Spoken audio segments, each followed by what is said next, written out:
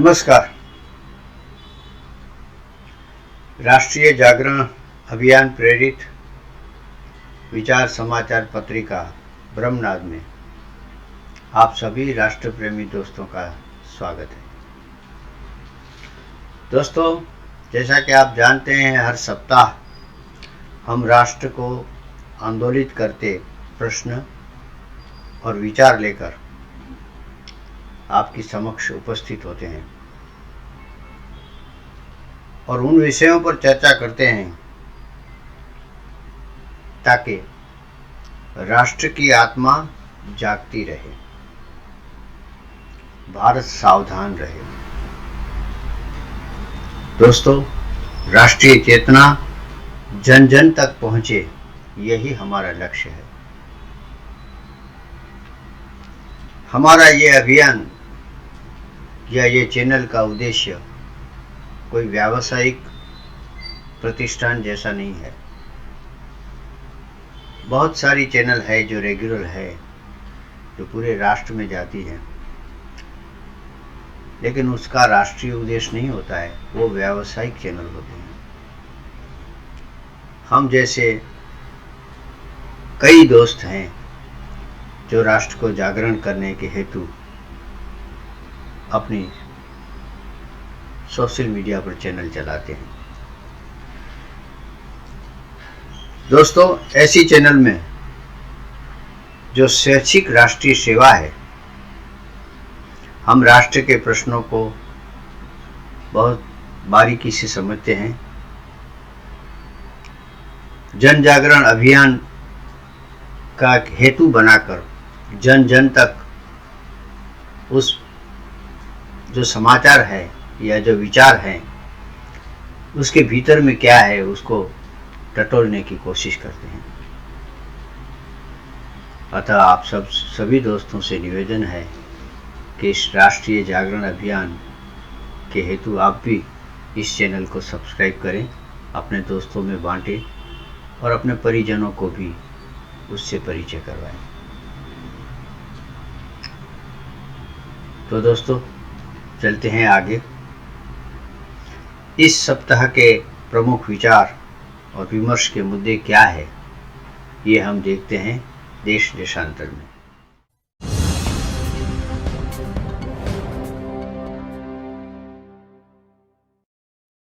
दोस्तों, देश देशांतर में आपका स्वागत है। आज हम जिस विचार और समाचारों पर अपने ख्यालों का आदान प्रदान करेंगे, वो विषय ऐसे हैं जैसे जंगल की आग हो जो हर तरफ फैल जाती हो। इस तरह से राष्ट्र में आजकल चर्चा में है और फैले हुए हैं। अतः हमारा एक छोटा सा प्रयास है कि ऐसे विषयों पर भी हम अपने राष्ट्र प्रेमी दोस्तों तक अपने विचार पहुंचाएं। दोस्तों, आज का पहला मुद्दा ये है कि क्या राहुल जी भारत विरोधी हैं या वो ऐसी विदेशी शक्तियों से प्रेरित होकर अपने बयान दे रहे हैं जो देश विरोधी है। इस सप्ताह संसद से लेकर सड़क तक इसी प्रश्न की बहुत बड़ी चर्चा रही। इसके बारे में हम ताज़ा परिस्थिति क्या है वो भी देखेंगे। दोस्तों, बहुत अरसा हुआ पंजाब में खालिस्तान की जो मूवमेंट थी वो ख़त्म हो गई थी, लेकिन फिर से पंजाब में एक ऐसी सरकार आई है जिससे पंजाब में नशा भी बढ़ा है और खालिस्तानी अलगाववाद की प्रवृत्तियां भी बढ़ती जा रही है। आज ही समाचार है कि अमृतपाल नाम के नए जो एक लीडर हुए थे, जो अंतिमवादी या अलगाववादी कहे जाते थे, उनको गिरफ्तार किया गया है। ये बहुत एक अच्छा कदम है, लेकिन पंजाब की आप सरकार क्या कर रही है उसके बारे में विचारक तज्ञ और राष्ट्रवादी पत्रकार क्या कहते हैं, इसका भी हम कुछ मुआयना करेंगे। दोस्तों, भारत की आत्मनिर्भरता की नीति से विदेशों में और देश में एक जैसे आंधी और तूफान आ गया है, क्योंकि ये नीति सीधे सीधी विदेशी अस्त्र शस्त्र के भारत के दलालों और विदेश में बैठे हुए उनके मालिकों को के हितों को नुकसान कर रही जा रही है। ये अच्छा है कि हम अपनी रक्षा जरूरियात का सामान हम खुद ही पैदा करें, लेकिन भारत के अंदर जो पॉलिटिकल पार्टियां हैं या ऐसे सोच वाले विचारक हैं या ऐसे पत्रकार हैं जो भारत की आर्थिक प्रगति को और खास करके आत्मनिर्भरता की ओर जा रहे भारत को गुमराह करना चाहते हैं, उसके लिए वैचारिक कुचक्र चला रहे हैं और भारत की राजनीति में एक खतरा पैदा करने की कोशिश कर रहे हैं। देखेंगे ताज़ा घटनाएं किस तरफ ले जाती है इस बात को। दोस्तों, इस अंक से हम एक नई श्रेणी की शुरुआत कर रहे हैं, उसका नाम है कहो कि हम आज़ाद हैं। एक श्रेणी में इस बार हम शुरुआत करेंगे नुपुर शर्मा जी के बारे में। आपको याद होगा, नुपुर शर्मा जी की हत्या करने के लिए अंतिमवादियों ने धमकी दी थी। आज तक नुपुर शर्मा का वो खतरा टला नहीं है, लेकिन हम राष्ट्रवादी क्या कर रहे हैं? क्या उस बहन का रक्षा कवच बन रहे हैं? देखेंगे एक छोटा सा रिपोर्ट। तो दोस्तों, ये आज के कुछ हमारे प्रमुख विषय हैं। पाकिस्तान के बारे में भी हम सोचेंगे, पीओके में अभी क्या चल रहा है, किस तरफ से जनता का आक्रोश पाकिस्तान की सरकार के सामने फैला हुआ है, और पाक बुद्धिजीवी अपने देश की हालत और पीओके की हालत पर क्या कह रहे हैं, उसके बारे में भी देखेंगे। और आखिर में देखेंगे वंदे मातरम। वंदे मातरम में आज हम बात करेंगे एक महिला सुरेखा यादव की, जो एक आइकॉन बन गई है, एक महिला सशक्तिकरण की एक प्रतीक बन गई है। उसके बारे में कुछ जानेंगे। तो दोस्तों, आइए चलते हैं विषय विचार विस्तार में।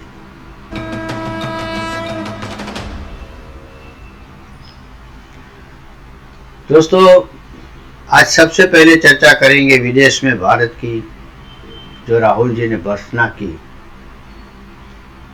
बदनामी की, उसके लिए संसद से लेकर सड़क तक जनता में आक्रोश फैला है।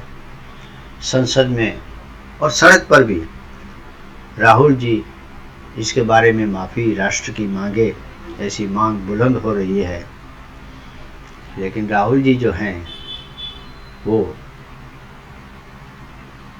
क्योंकि वो राजघराने से है और बहुत सालों तक सत्ता में रहे हैं, इसीलिए वो अपने को आम भारतीय नहीं समझते हैं, कुछ विशेषाधिकार वाला भारतीय अपने को समझते हैं।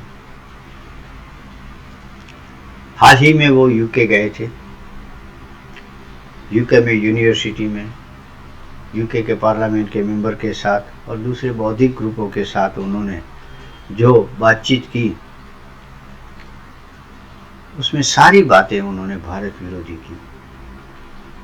अब उसके बारे में वो क्या जस्टिफिकेशन दे सकेंगे, क्योंकि वो बात खुद बता रही है कि उसको भारतीय संस्कृति का थोड़ा सा भी सम्मान नहीं है, भारतीय परंपरा में उसको थोड़ी सी भी श्रद्धा नहीं है। प्रचंड जनमत से टूटी हुई सरकार को वो तानाशाही बता रहे हैं।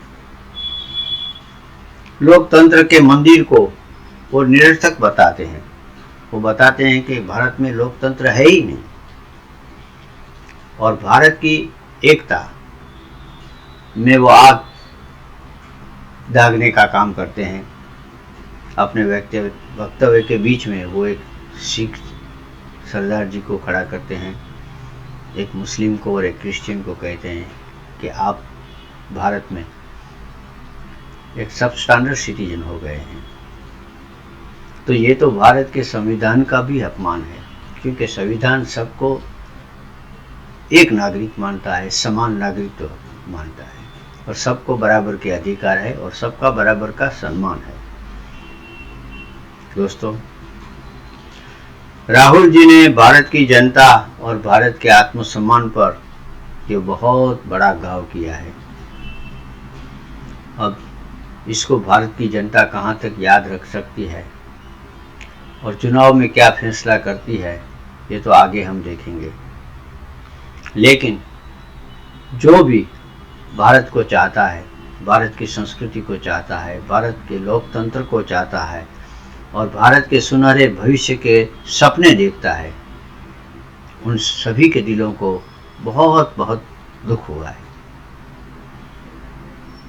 कभी लगता है कि कांग्रेस के अंदर क्या सब नेता खत्म हो गए हैं। राहुल जी किसकी सलाह लेकर ये बात करते हैं? अगर खुद अपरिपक्व हैं तो किसी परिपक्व नेता से सलाह लेते, क्योंकि राष्ट्र के बारे में बोलना, लोकतंत्र के बारे में बोलना, न्यायतंत्र के बारे में बोलना, संविधान के बारे में बोलना, ये तो बहुत बड़ा अभ्यास होता है, तभी आदमी कुछ टिप्पणी कर सकता है। लेकिन अभ्यास न हो तो ऐसी वाहियात टिप्पणियां ही होती है। दोस्तों, सत्ता में आना नहीं आना वो जनता का अधिकार है, किसको सत्ता में लाना, किसको नहीं लाना। अगर आप सत्ता से दूर हो गए हैं तो इसका गुस्सा आप जो जनता के मतों से चुनकर आए हैं, ऐसी पार्टियों पर या ऐसे नेताओं पर लांछन लगाने के लिए करते हैं या खुद जनतंत्र पर लांछन लगाते हैं। इससे बड़ी और दुखद घटना और क्या होगी। हम देखते हैं कि कांग्रेस के अभी जो प्रेसिडेंट है वो तो बेचारे रबर स्टैंप ही है सब कुछ।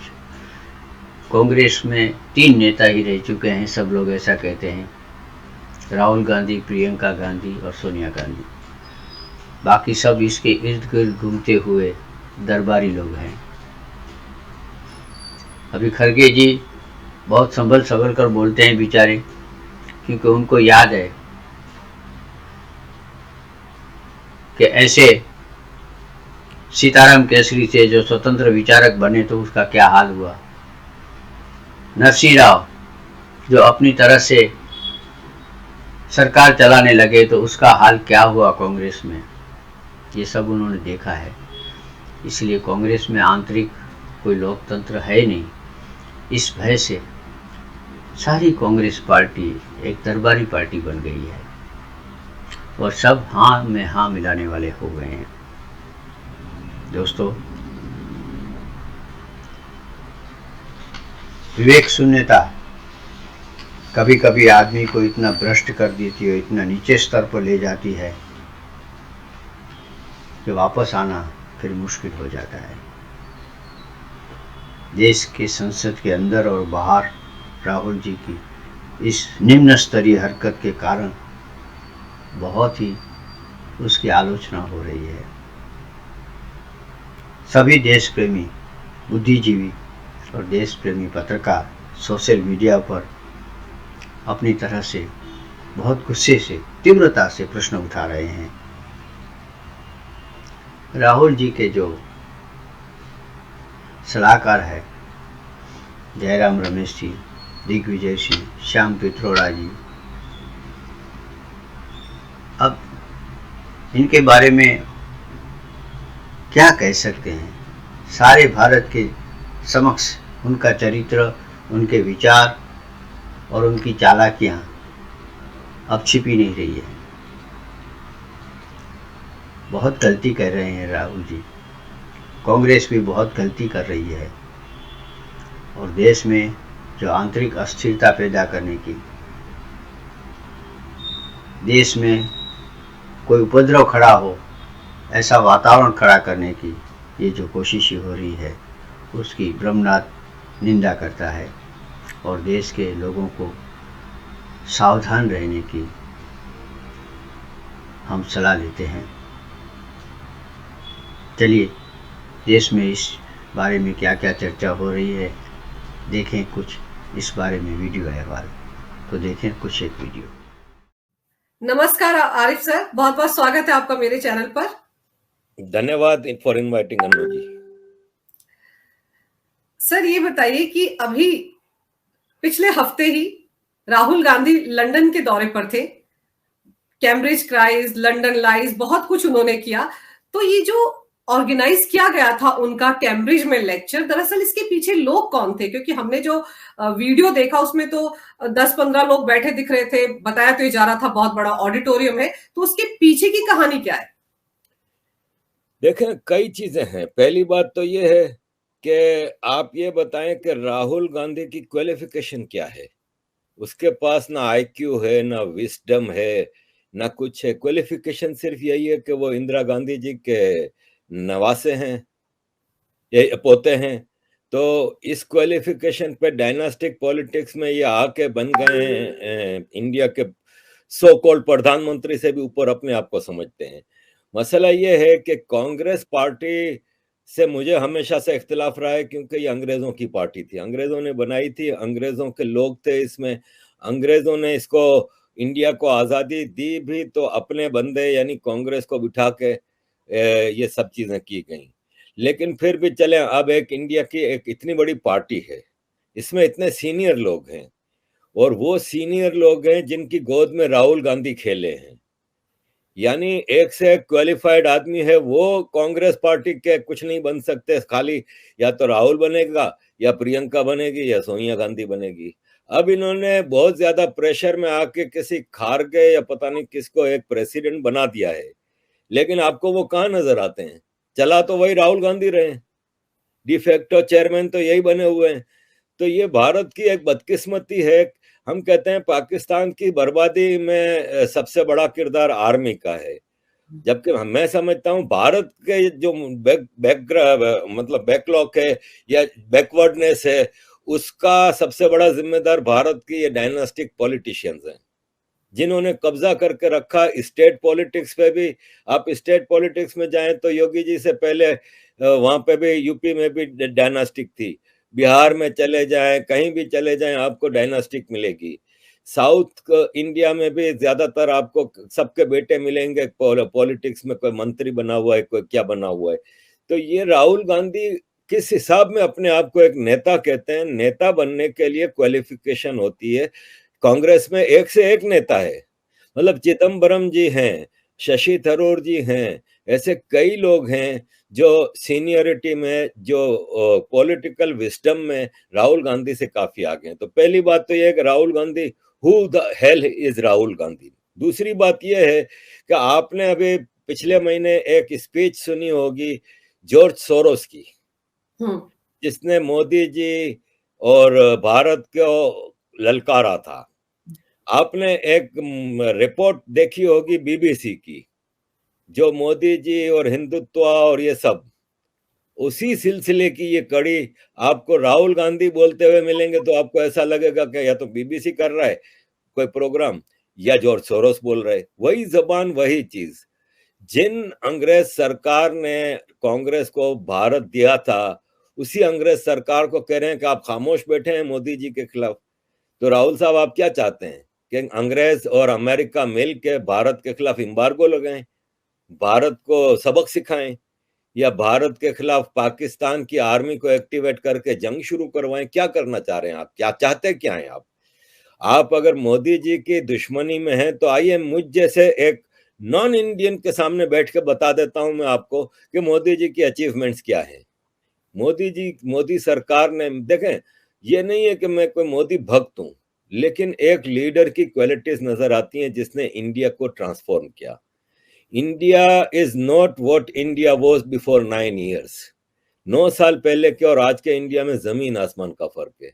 आपको कोई पूछता भी नहीं था 9 साल पहले, आज हर इश्यू में पहले भारत को पूछा जाता है, भारत ये भारत वो। आज कोई पॉलिटिकल अलायंस बनता है तो उसमें भारत को सबसे आगे रखा जाता है। G20 हो, ब्रिक्स हो, I2U2 हो, क्वाड हो, कुछ भी हो, अमेरिका से लेकर ऑस्ट्रेलिया, जापान, यूरोप, इंग्लैंड, सब भारत के आगे पीछे चलते नजर आते हैं। This is your foreign policy. फिर आप किसी की फॉरेन पॉलिसी को टो नहीं कर रहे, ना आप रशियन कैंप में हैं, ना आप अमेरिकन कैंप में हैं।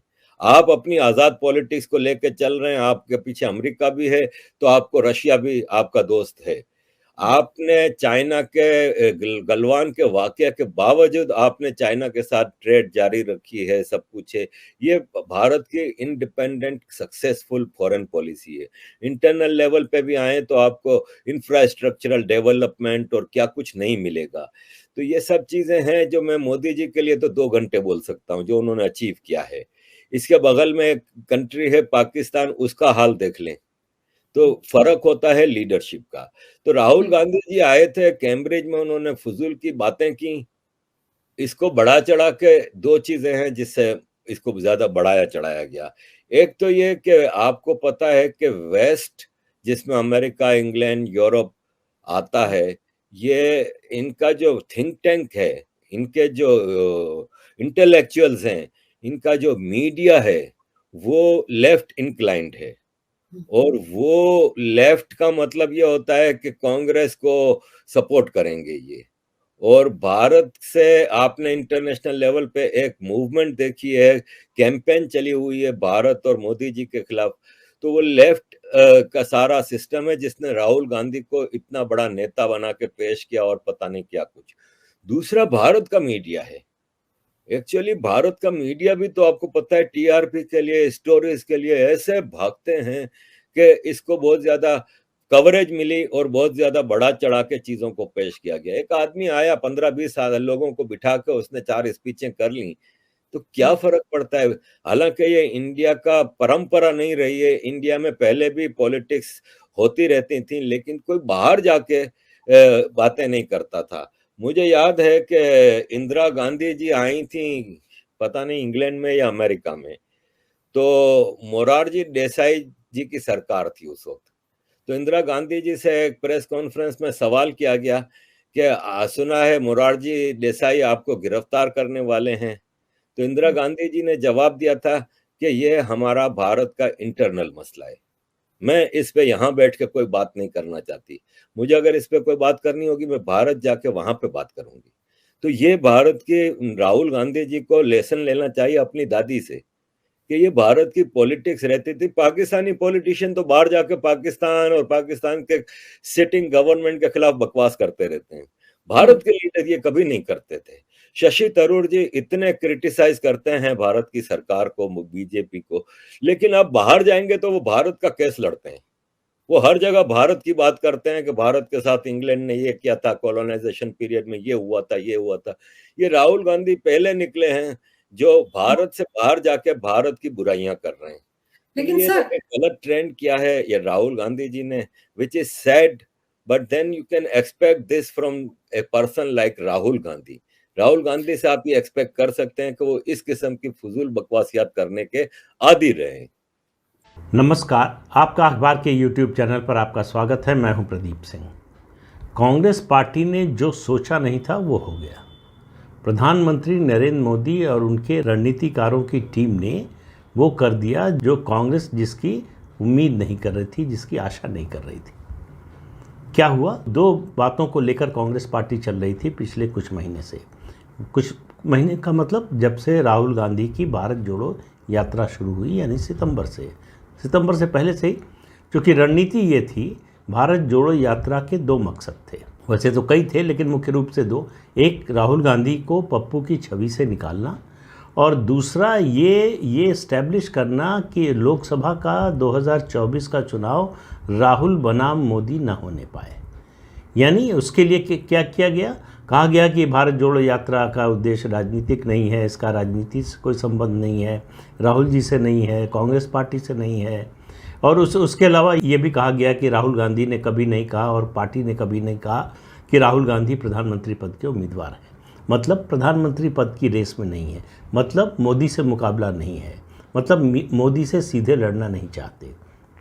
कांग्रेस पार्टी को मालूम है, राहुल गांधी को मालूम है, पूरे देश को मालूम है, दुनिया को मालूम है कि राहुल बनाम मोदी होगा तो जीत किसकी होगी, ये सबको पता है। राहुल गांधी कहीं ठहरते नहीं हैं, इसलिए वो मुकाबले में ही नहीं आना चाहते। 2014 और 2019 का नतीजा उन्होंने देख लिया है। उनको मालूम है कि जैसे ही वो आए, जो बीजेपी के लोग अक्सर कहते हैं या बीजेपी के समर्थक कहते हैं कि राहुल गांधी बीजेपी के स्टार कैंपेनर हैं, राहुल गांधी सामने हैं तो बीजेपी को ज़्यादा चिंता करने की ज़रूरत नहीं है। उसको लंदन यात्रा से राहुल गांधी ने एक तरह से स्थापित कर दिया कि अगर बीजेपी के पास कभी जो है आक्रामकता की कमी हो रही हो या मुद्दों की, ऐसे मुद्दों की जिन पर विपक्ष पर हमला कर सके, तो तुरंत राहुल गांधी उसकी मदद के लिए आ जाते हैं। राहुल गांधी भारतीय विश्वविद्यालय में जाते हैं तो टुकड़े टुकड़े गैंग के साथ होते हैं। भारत तेरे टुकड़े होंगे, इंशाअल्लाह का नारा लगता है, बैठे रहते हैं। उन लोगों के साथ खड़े होते हैं, टुकड़े टुकड़े गैंग के साथ। वो लंदन जाते हैं, इंग्लैंड जाते हैं, तो वहाँ पर जो है वो भारत की डेमोक्रेसी की समाप्ति की घोषणा कर देते हैं कि भारत में डेमोक्रेसी ख़त्म हो चुकी है, और एक के बाद एक झूठ बोलते हैं। असली बात ये है कि मैं जब बोलता हूँ तो मेरा भी माइक बंद कर दिया जाता है, ऐसा कभी नहीं हुआ।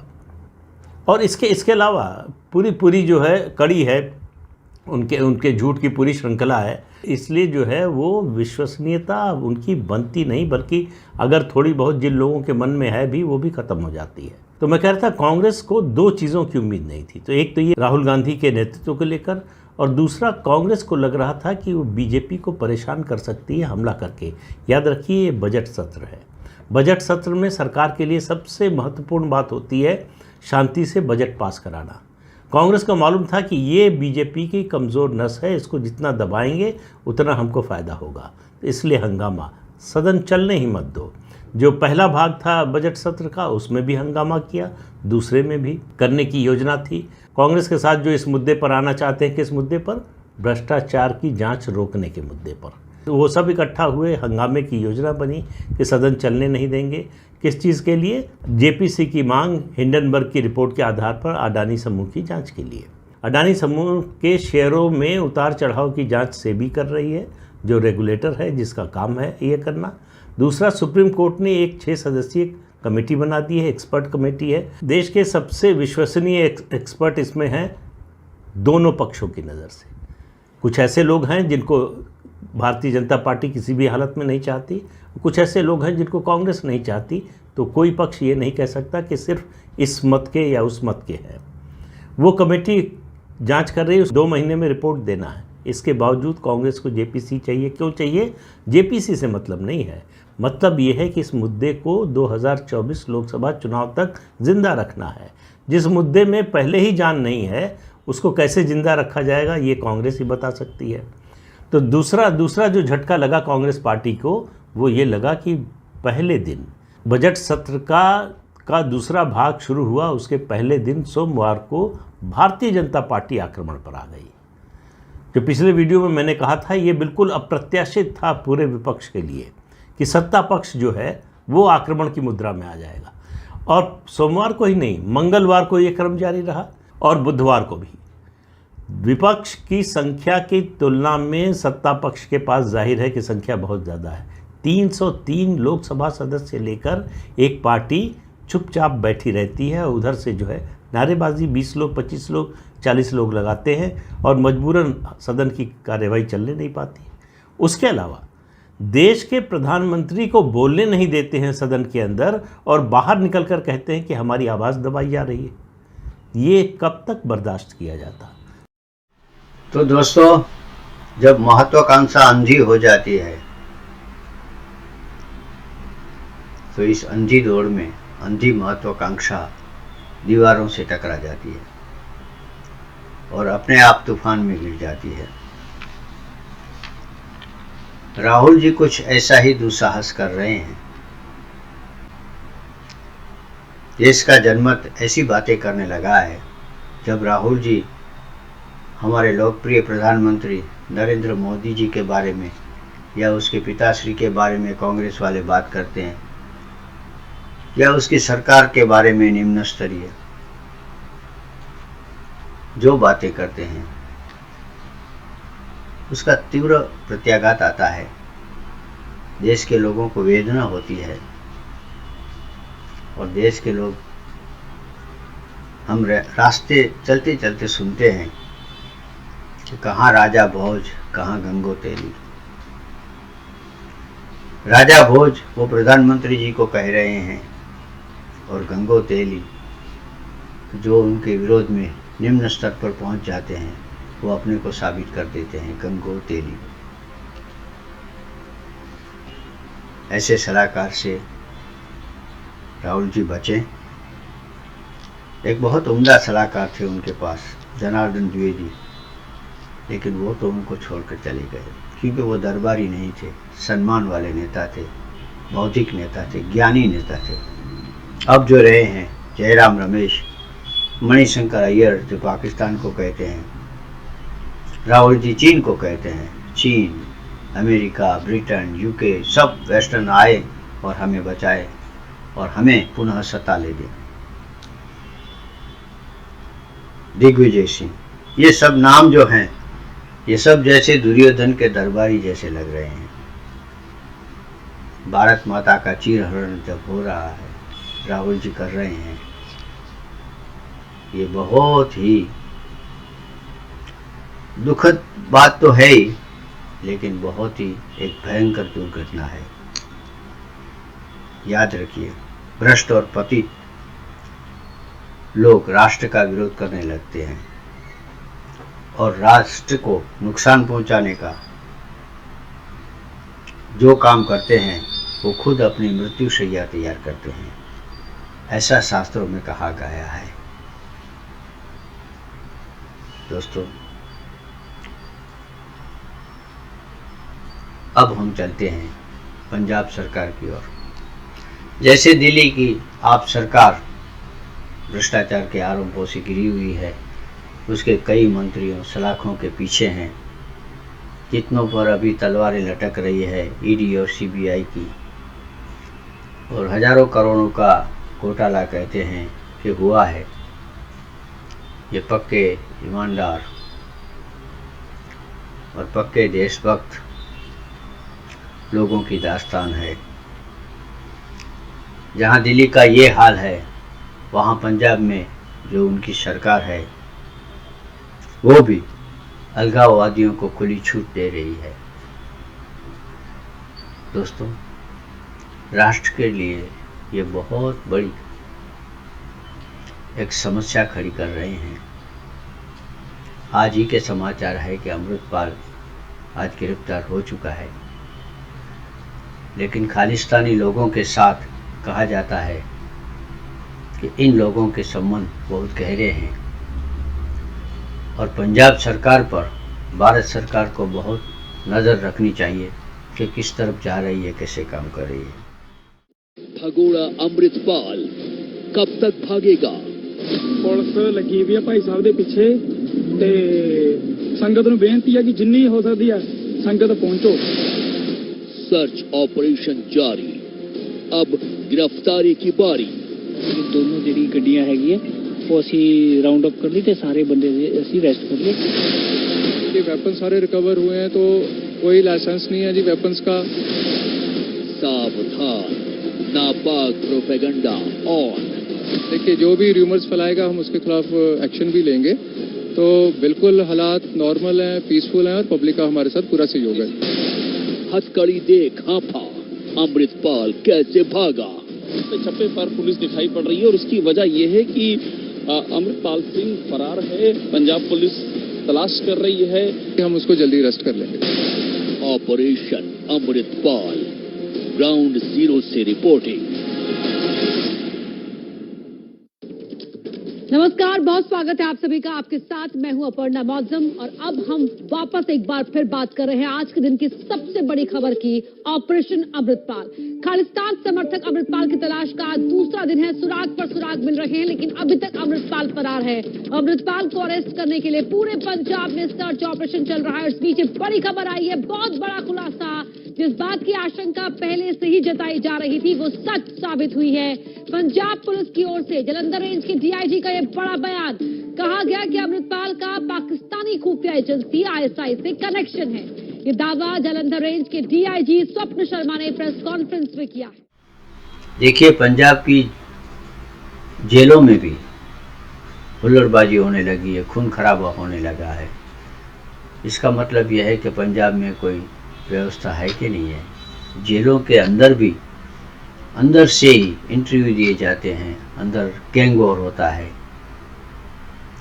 ऐसी भारत की लोकशाही का उन्होंने मजाक बना दिया है। दोस्तों, देखते हैं पंजाब की उस जेलों का अहवाल देता एक वीडियो रिपोर्ट। मोना, ठीक है। एक लाश इधर पड़ी है, एक लाश उधर पड़ी है। ये पंजाब के तरन तारण की गोइंदवाल सेंट्रल जेल के अंदर की खूनी गैंग वॉर के बाद का वीडियो है, जिसे जेल के अंदर बदमाशों ने खुद अपने मोबाइल से बनाया। इस वारदात में न सिर्फ 2 बदमाश मारे गए, बल्कि मारने वालों ने बाद में जेल के अंदर ही जश्न भी मनाया।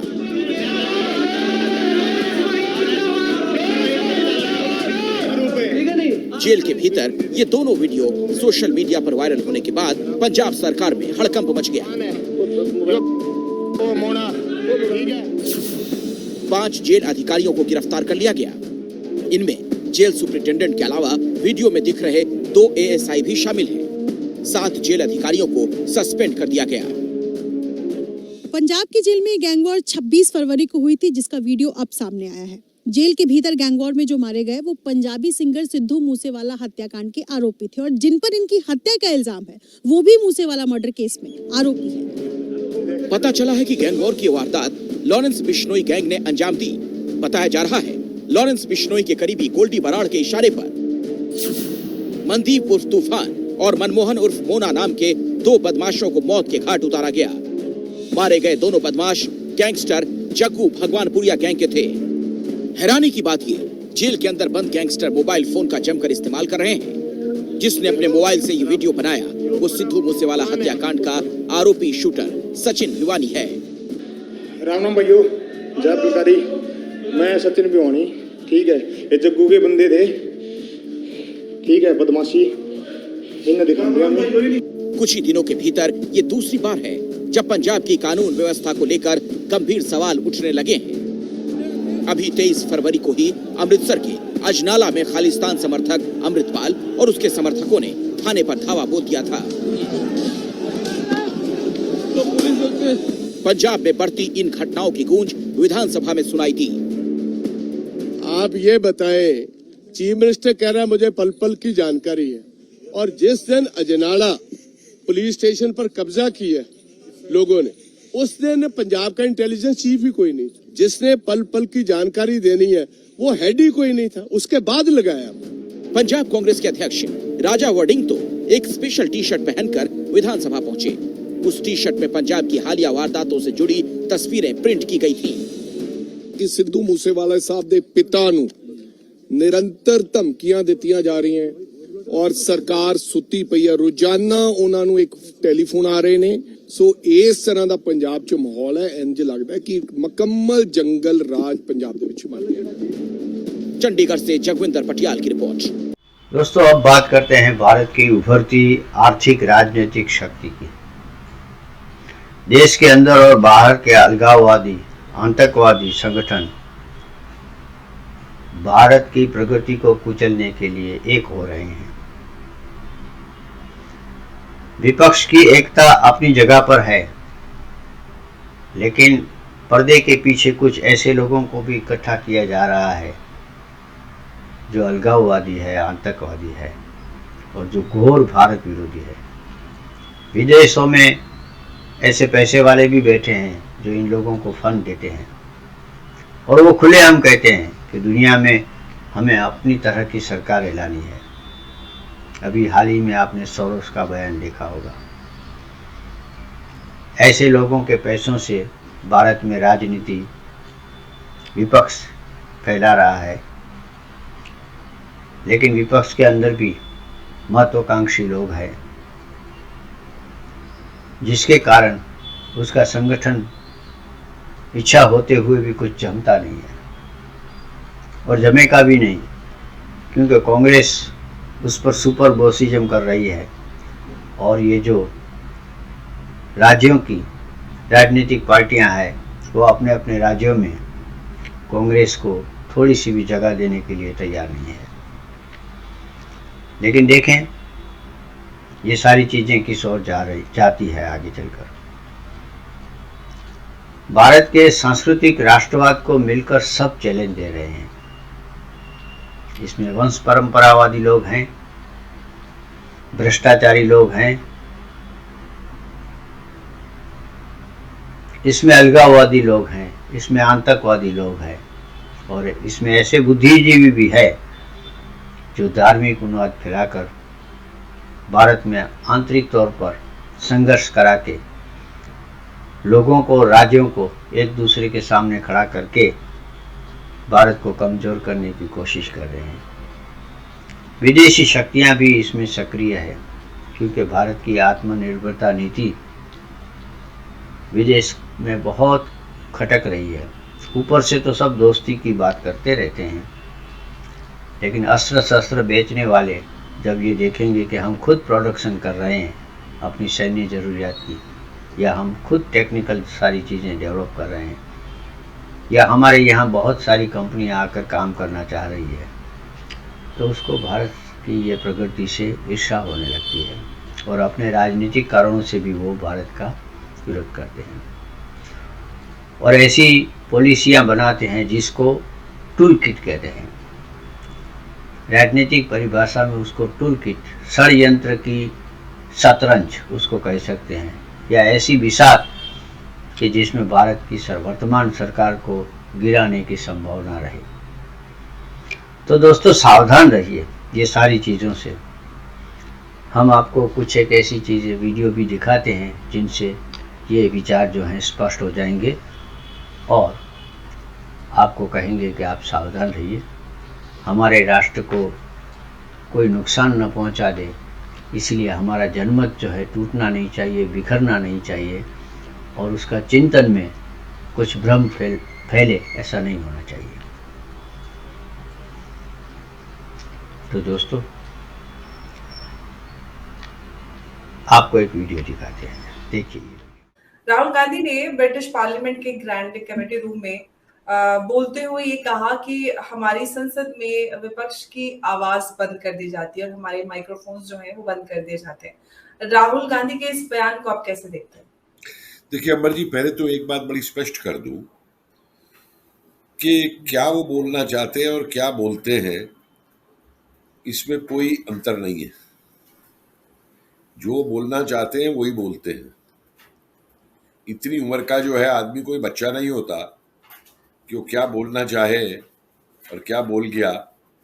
एक बार हो सकता है कि अच्छा भाई वो आलू से सोने बनेंगे, ठीक है, एक बार हो सकता है कोई समझ जाए कि गलती की है, लेकिन जब उस चीज़ को बार बार रिपीट किया जाता है तो मेरे हिसाब से ये एक बहुत सोची समझी एक योजना है, एक टूल किट है, एक सोरोस जैसी साजिश का परिणाम है। और मैं इसके ऐतिहासिक बैकग्राउंड में भी जाऊंगा परिवार के कि ये कोई नई बात नहीं है जो ये चीज़ हो रही है, लेकिन एक वर्तमान समय की स्थिति आपको मैं बता दूं बहुत स्पष्ट। मुझको ये बताइए कौन से देश की रूलिंग पार्टी अपने दुश्मन देश की जो रूलिंग पार्टी हो उसके साथ जाके कोई सीक्रेट गुप्त संधि करेगी?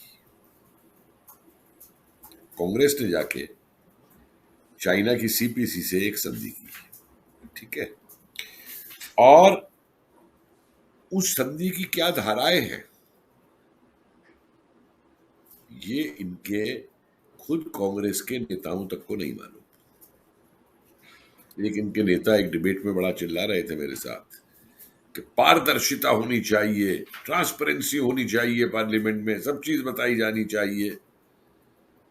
मैंने कहा हाँ बिल्कुल होनी चाहिए, लेकिन भाई तुम ये बताओ तुम्हारी पार्टी में ट्रांसपेरेंसी है? बोले बिल्कुल है। मैं कहा अच्छा तो फिर जरा ट्रांसपेरेंसी है तो जरा हमको एक दो क्लॉज बता दो जो चीन के साथ संधि तुम्हारी पार्टी की लीडरशिप ने कर रखी है।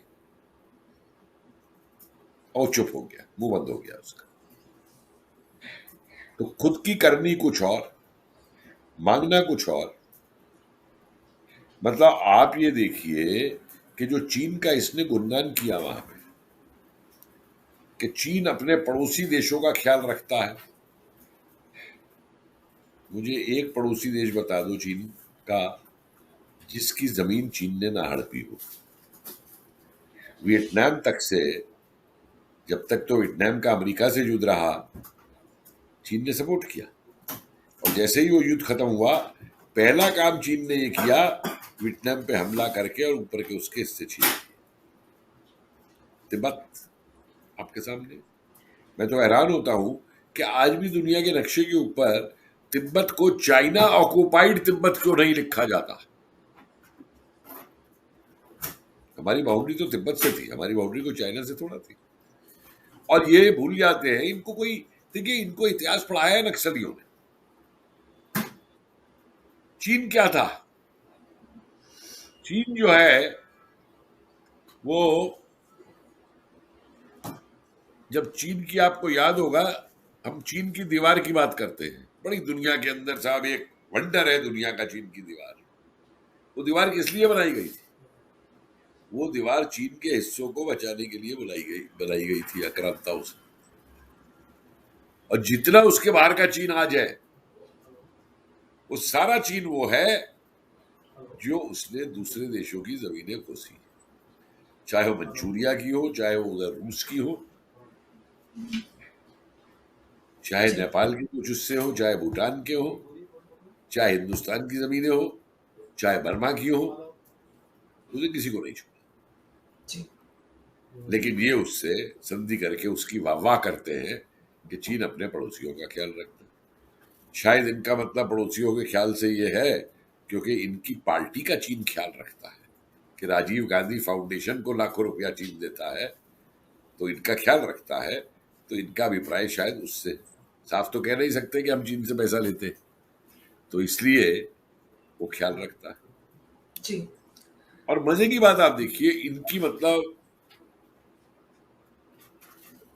जो दिमागी हालत है, आज सारी दुनिया ये जानती है कि चीन दुनिया का सबसे बड़ा महाजन है, सबसे बड़ा मनी लेंडर है, और दुनिया के कितने देशों को उसने इस तरीके से अपना अप्रत्यक्ष रूप से गुलाम बनाना शुरू कर दिया कि वहां पे पैसा दिया, इन्वेस्टमेंट किया, वो किया, और जब वो कर्जे में आ गए तो अपनी शर्तें, आप श्रीलंका में देखिए क्या हाल हुआ, पूरा का पूरा बेस एक श्रीलंका में नेवी का इसने बनाना शुरू कर दिया अपना वहां लेकर के। यही चीन ने अमेरिकियों के साथ किया था एक दूसरे तरीके से। अमेरिका के अंदर जब वो इनकी यूनिवर्सिटीज में पैसे की तंगी हो गई तो बड़े सारे चीनी स्टूडेंट चले गए अमेरिका पढ़ने के लिए। अमेरिकी वाले बड़े खुश कि हाँ साहब हम पे पैसा भी आ रहा है और चीनी अंग्रेजी सीख रहे हैं और चीनी वेस्टर्न तौर तरीके सीख रहे हैं। बेवकूफ़ों को ये नहीं मालूम कि चीन की कम्युनिस्ट पार्टी की मर्जी के बिना एक भी व्यक्ति चीन से बाहर कदम नहीं रख सकता जी। और आज वही अमेरिकी रो रहे हैं साहब, इन्होंने कहीं चिप लगा दिए हैं, कहीं ये जासूसी कर रहे हैं। मतलब इनके लोगों ने, चीन वालों ने विला की विला खरीद ली, एरियाज खरीद लिए, और उनके अंदर क्या होता है अमेरिकियों तक को नहीं मालूम, CIA तक को नहीं मालूम कि उनके अंदर क्या होता है। अच्छा सर, अभी राहुल की तारीफ करते जी। सर, राहुल गांधी ने कई बार ऐसा कहा है कि India is a union of states, जिससे लगता है कि सर मेरा सवाल सुन लीजिए पूरा, जिससे अगर सुनने में ये आभास होता है कि एक यूनियन ऑफ स्टेट से कोई भी स्टेट निकल सकती है कभी भी। राहुल गांधी की इस बयान के पीछे की वजह क्या देखते हैं? देखिए, वही बात आ जाती है कि इनको जो पढ़ाया गया और जो अंडरस्टैंडिंग दी गई, इनको बेवकूफ को ये नहीं मालूम कि 1947 के अंदर ये जो प्रिंसली स्टेट्स भी थी, रजवाड़े भी थे, ये कोई इंडिपेंडेंट देश नहीं थे। अंग्रेजी साम्राज्य के अंदर ये हिंदुस्तान की देशी रियासतें कहलाती थी, देशी देश नहीं कहलाते थे। और फिर इनसे कोई बात पूछे कि एक तरफ तो तुम ये कह रहे हो इंडिया यूनियन है, दूसरी तरफ ये क्लेम करते हो कि कांग्रेस ही सिर्फ देश की आजादी के लिए लड़ी थी भारत की। तो फिर कांग्रेस एक ऐसी यूनियन बनाने के लिए लड़ी थी कि उसमें से कोई प्रांत बाहर जा सके। मतलब इससे बड़ी बेवकूफी की बात कोई हो सकती है? और नेहरू जो लिख रहा था किताब डिस्कवरी ऑफ इंडिया, और जिसको फ्रीडम स्ट्रगल ऑफ इंडिया बोलते हैं, ये तो पूरा टूल किट उनका है, नक्सलाइट्स का। सर पहली चीज, क्या चाइना के साथ हमारी सिचुएशन फ्रेजाइल और डेंजरस है जो जयशंकर साहब बोल रहे हैं, या जयशंकर साहब मतलब वो ओवर एस्टिमेट तो नहीं करते, लेकिन as a defence as a foreign minister उनको बहुत सारी चीजें समझनी भी पड़ती हैं और बोलनी भी पड़ती हैं। क्या सिचुएशन है हमारी चाइना बॉर्डर पर? राहुल भाई नमस्कार, और आपके सुनने वालों को भी बहुत बहुत थैंक यू। तो ये बार बार एक रिक्वेस्ट आता है कि चाइना के बारे में बताया जाए, बिकॉज चाइना के बारे में इंडिया के अंदर इंटरेस्ट तो है लेकिन इंफॉर्मेशन नहीं है। सो अभी आते हैं आपके उस क्वेश्चन के ऊपर कि जयशंकर जी का statement. You have to understand one thing, he is a foreign minister और वो चाइना में रहे हुए हैं, उनको चाइना के इनसाइड आउट पता है। तो अगर उन्होंने स्टेटमेंट दिया है, इट इज बिकॉज एक वो फॉरेन मिनिस्टर है, he understands things, and secondly he has to give a statement because हमारे बॉर्डर के ऊपर यस थोड़ी सी टेंशंस हैं, but you have to also understand one thing कि मोदी जी हैं और उन्होंने पहले भी इनके नाक पे घूंसे मार के ना इनके नाक पे से खून निकाला हुआ है मोदी जी ने, और चाइना अच्छी तरह से देख चुका है वो चीज को, इसलिए आपको डरने की जरूरत नहीं है। मोदी जी हैं तो कुछ भी होने वाला नहीं है। ये तो हो गया ground reality. Now let us come to this question कि बॉर्डर पे क्या हो रहा है।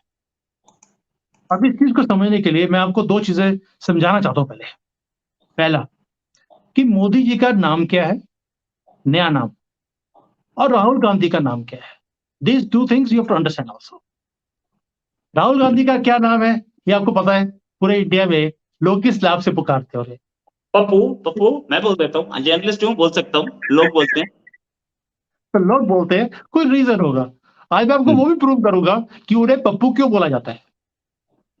सुब्रमण्यम स्वामी साहब ने बोला था पहली बार, जिसने भी बोला था, thank you so much to them, because he is proving himself to be the perfect Pappu of the country. And Modi ji को नया नाम दिया है चाइनीज ने, उसका नाम है मोदी जाओशिंग। ना जाओशिंग का मतलब क्या होता है? जाओशिंग का मतलब होता है, एक आपने कभी जैकी चैन की मूवीज देखी पुरानी? जैकी चैन की मूवीज में एक आपको हमेशा दिखेगा एक बुजुर्ग सा आदमी, एक मास्टर, बड़ा काम एंड क्वाइट होता है, उसको he can fly in air also, और वो सारे हर चीज को जानता हो कि आगे क्या होने वाली है, कौन से दाव पेच खेलने वाले हैं। तो मोदी जी को उस नाम से पुकारा जाता है, means a master who knows, who can see the future. And ये क्यों, अब मैं ये क्यों बता रहा हूं आपको। अब देखिए मोदी जी के ऊपर वाले की ऐसी कृपा है कि उन्होंने किसको चूज किया है as a foreign minister? Jaishankar ji को, जो कि चाइना में बहुत से देर तक यहाँ पे रहे हुए हैं, यहाँ पे काम किया हुआ है, वो चाइनीज कल्चर को और इनकी साइकोलॉजी को अच्छी तरह से समझते हैं, राइट। अब आते हैं हम पप्पू जी के ऊपर। उनको पप्पू क्यों बोला जाता है? पप्पू का मतलब होता है मैं तो हर चीज में फेल हुई, सामने वालों को भी मैं फेल करने वाला हूं। अब उन्हें क्वेश्चन पेपर और आंसर शीट दोनों दी गई चाइना की तरफ से, और उन्होंने पेपर भी लीक कर दिया और आंसर शीट भी लीक कर दी। अब मैं समझाता हूं कैसे। अब हुआ क्या है, चाइना ने पप्पू को चूज किया है कि अभी इलेक्शंस आने वाले हैं, अगले 15-16 महीने में शायद इंडिया में इलेक्शंस हैं। अगले 10 महीने 12 महीने तक एक नैरेटिव चलाओ और इंडिया की जो दो स्ट्रेंथ्स है मोदी जी की, उन दोनों को वीक करो। मोदी जी की दो स्ट्रेंथ्स क्या है? पहला, he is a very strong prime minister, and दूसरा, he is not corrupt like Rahul Gandhi and his family. और राहुल गांधी के अगर आप रिसेंटली स्टेटमेंट्स देखोगे, उनके दो ही अटैक्स हैं मोदी जी के ऊपर। पहला, Modi is a weak prime minister और चाइना से डरते हैं, और दूसरा, ही इज करप्ट और उन्होंने अदानी के साथ मिलकर बहुत बड़ी कोई करप्शन की गेम शुरू की हुई है कंट्री के अंदर। आपने देखा होगा उनका जो अटैक है मोदी जी के ऊपर, वो 2 ही पॉइंट्स के ऊपर, और ये नैरेटिव 10-12 महीने 15 महीने चलने वाला है इलेक्शन तक। This is one. Second statement of Rahul Gandhi is Jaishankar ji को चाइना के बारे में कुछ पता ही नहीं है। वो एक फॉरेन मिनिस्टर जो कि एक राजदूत बनकर चाइना में बहुत देर तक रहे हुए हैं, उन्हें चाइना के बारे में कुछ नहीं पता, राहुल गांधी को मालूम है। अब ये नैरेटिव्स क्यों चलाए जा रहे हैं? So that a ground is created in India कि लोगों को लगे कि yes something must be there, और जैसे ही इलेक्शंस का टाइम आए उससे पहले चाइना एक सरप्राइज अटैक करेगा बॉर्डर के ऊपर, कहीं भी करे, ताकि हमारे कुछ जवान मारे जाएं, कुछ लोग मारे जाएं, और देन एक इमेज जो इतने देर से लोगों के दिमाग में राहुल गांधी बैठा रहे हैं कि प्रधानमंत्री वीक प्रधानमंत्री हैं और जयशंकर जी को चाइना के बारे में कुछ भी पता नहीं है, लोगों के दिमाग में वो बैठ जाएगा राहुल गांधी वाज राइट। और ये एक ऐसा टूल किट है जो चाइना बना चुका है, और राहुल गांधी पप्पू ने वो ओपन भी कर दिया, question paper and answer sheet दोनों खोल भी दी।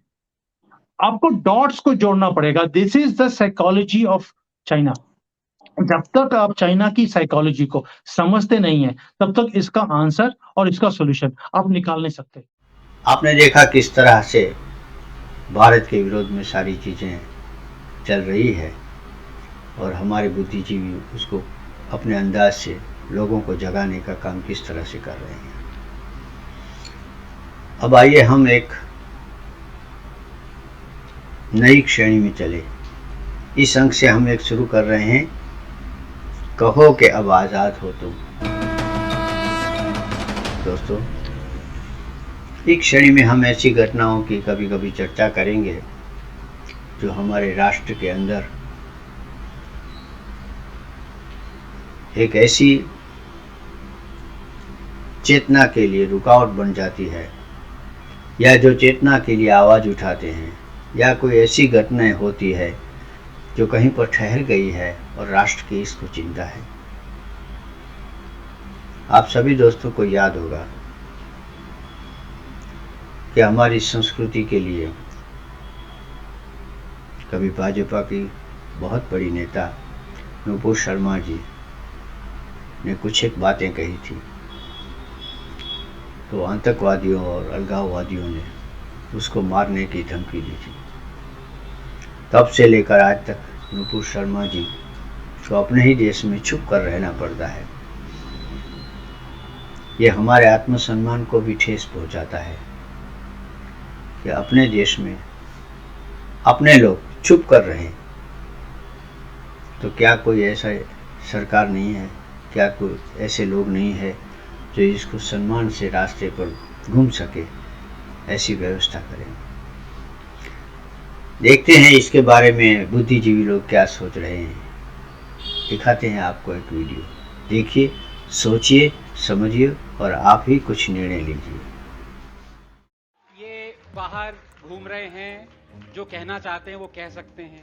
1 साल पहले ये जिसके साथ डिबेट में थे वो बेचारी घर के अंदर है। आनंद रंगनाथन ये वो शख्सियत है जो अपने बेबाक अंदाज के लिए जाने जाते हैं। बड़ी बेखौफी से अक्सर कट्टरपंथियों को धोते दिखते हैं और अपने इसी अंदाज के लिए आए दिन सुर्खियों में बने रहते हैं।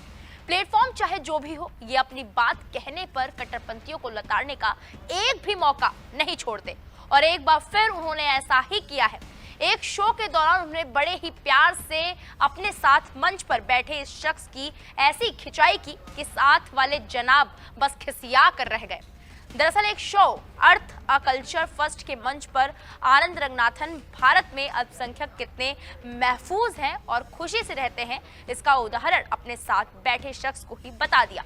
बड़े ही मजाकिया अंदाज में उनकी खिंचाई करते हुए रंगनाथन ने कहा, मुझे गर्व है कि मैं भारतीय हूँ, गर्व है कि आप में से एक हूँ, क्योंकि देखिए साथ में बैठे ये शख्स कितने ही सुरक्षित और स्वस्थ हैं, बाहर घूम रहे हैं, जो कहना चाहते हैं कह सकते हैं। 1 साल पहले जिसके साथ ये डिबेट में थे वो बेचारी घर के अंदर है। कट्टरपंथियों को निशाने पर लेते हुए उन्होंने कहा कि जो इस देश के लोकतंत्र पर सवाल उठाते हैं वो देख लें कि रहमानी साहब कितने ही सुरक्षित और स्वस्थ हैं और यहाँ मेरे साथ हैं। इसे हमेशा याद रखें, भूले नहीं। ये सुनते ही एमपीसीआई अध्यक्ष तस्लीम रहमानी खिसिया के रह गए, लेकिन आनंद रंगनाथन यहां पर नहीं रुके। अपनी बात को आगे बढ़ाते हुए रंगनाथन ने कहा, जो भी कहते हैं कि भारत में लोकतंत्र नहीं है, उन्हें ये बात याद रखनी चाहिए कि वो बेचारी औरत जिसने बस किसी धर्म ग्रंथ को लेकर कुछ कहा था, उसकी पूरी जिंदगी खराब कर दी गई। रंगनाथन के इन शब्दों के बाद तो जैसे रहमानी साहब के सब्र का बांध टूट ही गया। उन्होंने रंगनाथन को बीच में ही टोकते हुए होस्ट को ये कह दिया कि ये मुझ पर गलत आरोप लगा रहे हैं और मैं ये बर्दाश्त नहीं करूंगा। आके लगाकर हंस पड़ी। आपको बता दें कि यहाँ रंगनाथन ने नुपुर शर्मा का विवाद उठाया था, जिन पर पैगंबर पर विवादित टिप्पणी करने का आरोप है। इतना ही नहीं, उनके इस बयान से उठे विवाद के बाद वो कहें ये किसी को नहीं पता, जान के खतरे को लेकर ये कहा जाता है कि वो कहीं छिप कर रह रही हैं। वैसे ये कोई पहला वाक्य नहीं है जब जेएनयू के प्रोफेसर रंगनाथन ने कट्टरपंथियों को इस तरह से धोया है। इससे पहले भी वो कई बार ट्विटर और अन्य सोशल मीडिया पर इन्हें लताड़ चुके हैं और उनके इन्हीं सब बेबाक बयानों को लेकर वो विवादों में भी रहते हैं। रंगनाथन के इस बयान पर आपकी क्या राय है, हमें कमेंट बॉक्स में जाकर जरूर बताएं। तो दोस्तों, देखा आपने हमें कितना सावधान रहने की जरूरत है। तो जागो इंडिया जागो। 2024 के चुनाव में अलगाववादी, तुष्टीकरणवादी, जात पातवादी, भ्रष्टाचारवादी, गुंडई पार्टियों को देश से निकाला दे दो। बहुत राज किया उन्होंने, बहुत भारत को लूटा, बहुत भारत में उन्होंने जो अपने हुक्म चलाए। अब ऐसे लोगों को आप नमस्कार करके उसको विदाई दीजिए। 2024 की एक अपॉर्चुनिटी हमारे पास, एक उम्मीद आ रही है, उसमें हमें सावधान होकर राष्ट्रीय विचारों के साथ रहना है। और हम आपसे यही कहते हैं कि जागते रहो और राष्ट्रीय जागरण अभियान को आगे चलाते रहो। दोस्तों, ये तो रही भारत की बात। अब हम आगे देखेंगे हमारे पड़ोसी और हमसे बहुत ज़्यादा दुश्मनी करने वाला देश पाकिस्तान, जो हमेशा आतंकवादी सप्लाई करता रहता है भारत में, और भारत की किसी प्रगति को वो सहन नहीं कर सकता है। ऐसे पाकिस्तान देश खुद अपनी समस्याओं में घिरा है। तो दोस्तों, देखेंगे पाकिस्तान के बुद्धिजीवी क्या सोच रहे हैं।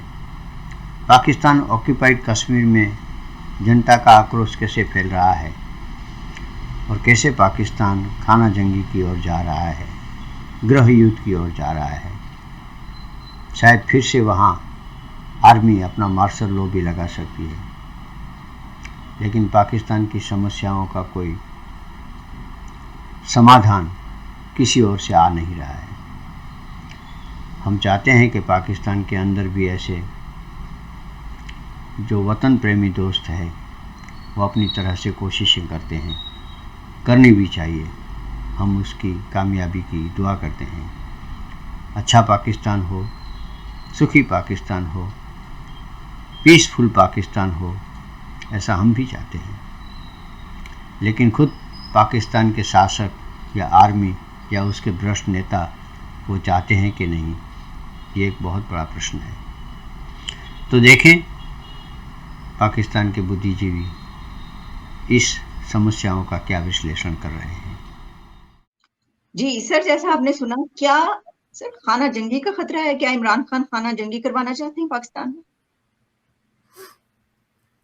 देखें जी, पहली बात यह है ना कि हम ये जो तवक्को रखते हैं कि हिस्ट्री में हर वाकया जो है वो हूबहू रिपीट होता है, तो माजी में कहीं एक खाना जंगी हुई खौफनाक किस्म की, तो उसी तरह का कोई एक्शन रिप्ले होता है। लेकिन चीज़ें बदलती हैं with the passage of time, और खाना जंगी जिसको आप सिविल वार कहते हैं, उसकी शक्लें भी जो है ना वो जूं जूं सोसाइटी में एक तरह की सोफिस्टिकेशन आती जा रही है, तब्दीलियां आती जा रही हैं, तो उस हिसाब से बदलती है। तो उस पैरामीटर के हवाले से देखें तो मेरे नज़दीक तो गुज़श्ता 6-8 महीने से पाकिस्तान में जो कैफियत है उसको हर हवाले से एक खाना जंगी की कैफियत ही कहा जा सकता है। उसको अब सिविल वार कहे तो सिविल वार की जो टिपिकल किस्म की डेफिनेशंस है ना उसमें चले जाएं, जो एक्सपर्ट की कि 1000 आदमी जो है वो अगर इन्वॉल्व हो जाता है इस तरह की चीज़ में तो उसको सिविल वार समझा जाना चाहिए। लेकिन पाकिस्तान जैसे मुल्क में इस तरह के वाक़यात एवरी सिंगल डे जो होते रहे हैं, या जो वाक़या कल आपने देखा, जिस तरह का केशन है, जिस तरह आपका रूल ऑफ लॉ जो है उसको जो है डिसरिगार्ड किया गया, जिस तरह के आपके एक लीडर के खिलाफ जो अपने आप को एक बड़ा प्राइड लेता रहा है कि रूल ऑफ लॉ और कानून सबके लिए बराबर है, वो कानून जब उसकी तरफ रुख करे तो उसका आपने देख लिया कि रिएक्शन जो है वो क्या है। तो इसको खाना जंगी कहते हैं। इसमें सिर्फ हथियार का इस्तेमाल जो है वो भी आप रूल आउट नहीं कर सकते, क्योंकि अगर आप जो है वो कोई पेट्रोल इवन गुलेल जिसको आप कहते हैं क्या लफ्ज़ है, उसको भी यूज करते हैं, तो वो भी एक हथियार है। हथियार का मतलब होता है कि आप अपने हाथों में कोई भी एडिशन दूसरे पे यूज करते हैं तो उसको हथियार ही कहते हैं। दुनिया भर के कानून और इखलाकियात, पथराव करना भी तो पत्थर पुलिस को मारना, वो सब हथियारों की जो है डेफिनेशन में आते हैं। तो इस हिसाब से अगर आप ये देखें तो ये पाकिस्तान जो है, मैं समझता हूँ कि इस वक्त एक ऐसी कैफियत में है। अब इसका अगला टर्न है, दूसरी बात होती है कि लोग क्या तवक्को कर रहे हैं कि या किस तरह की सिचुएशन हो, लेकिन ये है कि इसको आप एक तरीके से खाना जंगी के दहाने पे खड़ा एक ऐसा मुल्क कह सकते हैं जो किसी वक्त भी इस तरह की शक्ल इख्तियार कर सकता है, जो इन लोगों के कंट्रोल से जो है वो बाहर हो सकती है। अब इसमें जो है वो सबसे इम्पॉर्टेंट चीज़ जो है इसमें आप देखें कि ये जिस तरह आपने टेप में सुन रहे हैं कि जब किसी पार्टी की लीडरशिप इस तरह के मामलात को एक्सप्रेस करना शुरू हो जाए और उसके बावजूद भी जो है वो किसी तरह की कोई तब्दीली नहीं आती, उनका जो स्टाइल है या जो उनका स्टैंड है या जो भी उनकी अपनी ज़िद है या ये चीज़ें हैं, तो मैं समझता हूँ कि ये बिल्कुल एंड है। इसके बाद आगे फिर जो है ना सवाल ये खड़ा होता है कि अब आप आगे क्या करना चाहते हैं। जाहिर है जब आप डेमोक्रेटिक प्रोसेस में भी नहीं जाना चाहते, ख्वाह उसमें इक़्तिदार वाले हों या हिज़्ब इख्तिलाफ वाले हों या कोई उसके लिए जो है आपके पास एक्सक्यूज़ हों, तो आपके पास जो है वो नेक्स्ट फार्मूला जो है वो देखना होता है जिसका आपको कोई सियासतदान जवाब नहीं दे रहा है। जिसका मतलब ये है कि पाकिस्तान जो है वो इस वक्त एक लीडरलेस किस्म की कंट्री है, जिसके अंदर कोई भी जो अवाम को गाइड करने और उनको किसी सिमत में ले जाने के लिए जिस तरह की किसी कुव्वत की ज़रूरत है वो मौजूद नहीं है, जो इस चीज़ की दलालत करती है कि ये अब भी मुल्क को वही कुव्वतें चला रही हैं जिनके बारे में कुछ अर्सा पहले ये गलतफहमी पैदा कर दी गई थी कि वो कोई न्यूट्रल हो गए हैं या फारग हो गए हैं या वो अब इसमें इंटरवेंशन नहीं कर रहे। अगर आपने कल प्राइम मिनिस्टर का जो इंटरव्यू देखा होगा जिसमें उन्होंने कहा कि मुझे ऑफ़र की गई थी प्राइम मिनिस्टर बनने की और मैं अगर एक्सेप्ट कर लेता तो इमरान खान प्राइम मिनिस्टर नहीं बन सकता था, उसमें उन्होंने जो 2-3 बंदों के नाम लिए, इससे आप अंदाज़ा लगा सकते हैं कि पाकिस्तान में ये जो डेमोक्रेसी का शोर है और ये बार बार ये कहा जा रहा है कि जी यहाँ पे इलेक्शन हैं और इंतखाबात हैं और हम मुंतखब लोग हैं, तो इसको आप ज़रा गौर से देखें कि इसकी कितनी बड़ी जो है वो एक इंसल्टिंग किस्म की बात है कि जहाँ पे आप जो है वो 22 करोड़ लोगों को इलेक्शन में झोंकते हैं, बिलियंस ऑफ रुपी जो है वो आप इलेक्शन में झोंकते हैं, अवाम के अंदर इतनी बड़ी एक्साइटमेंट और इतना बड़ा जोश व खरोश क्रिएट करते हैं और आखिर में किसी कमरे में बैठ के 2-3 आदमी डिसीजन करते हैं कि ये प्राइम मिनिस्टर बन जाए तो वो नहीं बन सकता, या वो नहीं बनता तो ये बन जाता है, और ये बनता है तो इसको हटाया जाता है। ये रेडियो हिमालय है। आज मार्च 2023 की 19 तारीख और हमारे स्टूडियो की घड़ियों में शाम के 4 बजा चाहते हैं। अब आप डॉक्टर अमजद अयूब मिर्ज़ा से खबरें सुनिए। गुज़िश्ता रोज़ तितरी नोट क्रॉसिंग पॉइंट पर Jammu Kashmir national student federation के धरने पर मुबैना तौर पर इस्लामी जमीयत तलबा के ने हमला करके जलसा तहस नहस कर दिया और हवाई फायरिंग करके भाग गए। Jammu Kashmir national student federation के धरने में शामिल कारकुनान ने हमला आवरों की गिरफ्तारी तक धरना जारी रखने का ऐलान किया है। पाकिस्तानी मकबूजा गिलगित बल्तिस्तान में प्रेशिंग में अवाम ने लोड शेडिंग के खिलाफ धरना दिया। प्रेशिंग में 4 पावर हाउस होने के बावजूद दोवील दुरानिया की लोड शेडिंग बदस्तूर जारी है, जिससे हजारों घराने मुतासिर हैं। पाकिस्तानी मकबूजा जम्मू कश्मीर के दारुल हुकूमत मुजफ्फराबाद में सरकारी आटा डीलर्स की हड़ताल जारी है। मुतालबात की मंजूरी तक हड़ताल जारी रखने का ऐलान किया गया है। मकबूजा बल्तिस्तान के वकला ने स्कर्दू में 5 माह से जारी हड़ताल चीफ जस्टिस के मसाइल हल करने के वादे पर ख़त्म कर दी है। बरतानिया ने खबरदार किया है कि अगले 6 माह में अफगानिस्तान में मौजूद आईएसआईएस खुरासान की जानिब से यूरोप और एशिया में मगरबी मफादात को नुकसान पहुंचाने के लिए दहशतगर्दी के इम्कानात मौजूद हैं। अफगानिस्तान और तेहरान के दरमियान ट्रांसपोर्ट मुआहदा तय पाने पर समझौता हो गया है। आप रेडियो हिमालय सुन रहे थे। अगले न्यूज़ बुलेटिन तक के लिए डॉक्टर अमजद अयूब मिर्ज़ा को इजाज़त दीजिए।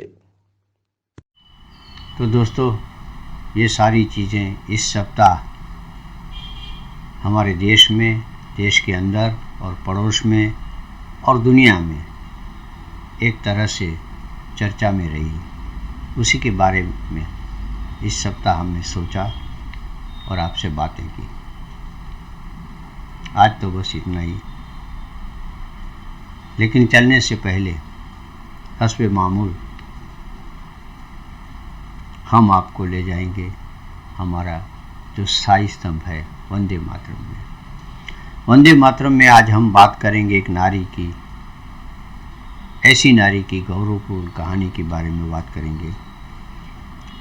उन्नत हो रहे राष्ट्र में महिला शक्ति की जो प्रतीक बन गई है, ऐसी सुरेखा यादव की एक छोटी सी बात हम आपको पास कर रहे हैं। ये हमारे राष्ट्र सम्मान में, राष्ट्रीय गौरव में एक कलगी की समान है। तो आइए देखते हैं सुरेखा यादव की कहानी।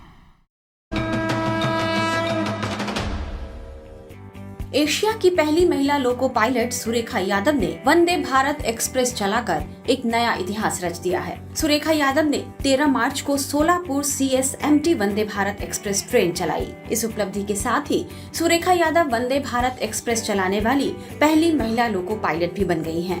मध्य रेलवे ने इस बात की जानकारी दी। मध्य रेलवे ने बयान जारी कर कहा है कि सोलापुर CSMT वंदे भारत एक्सप्रेस 13 मार्च को निर्धारित समय पर सोलापुर स्टेशन से रवाना हुई और आगमन के निर्धारित समय से 5 मिनट पहले CSMT स्टेशन पहुंची। बयान के मुताबिक 450 किलोमीटर की यात्रा पूरी करने पर सुरेखा यादव को CSMT स्टेशन के प्लेटफॉर्म संख्या 8 पर सम्मानित भी किया गया। मध्य रेलवे ने कहा है कि वंदे भारत एक्सप्रेस की पहली महिला लोको पायलट बनकर यादव ने मध्य रेलवे के इतिहास में एक और उपलब्धि जोड़ दी है। सुरेखा की इस उपलब्धि की जानकारी रेलवे मंत्री अश्विनी वैष्णव ने भी ट्विटर पर शेयर की है। उन्होंने सुरेखा की तस्वीर के साथ ट्वीट किया, वंदे भारत पावर्ड बाय नारी शक्ति।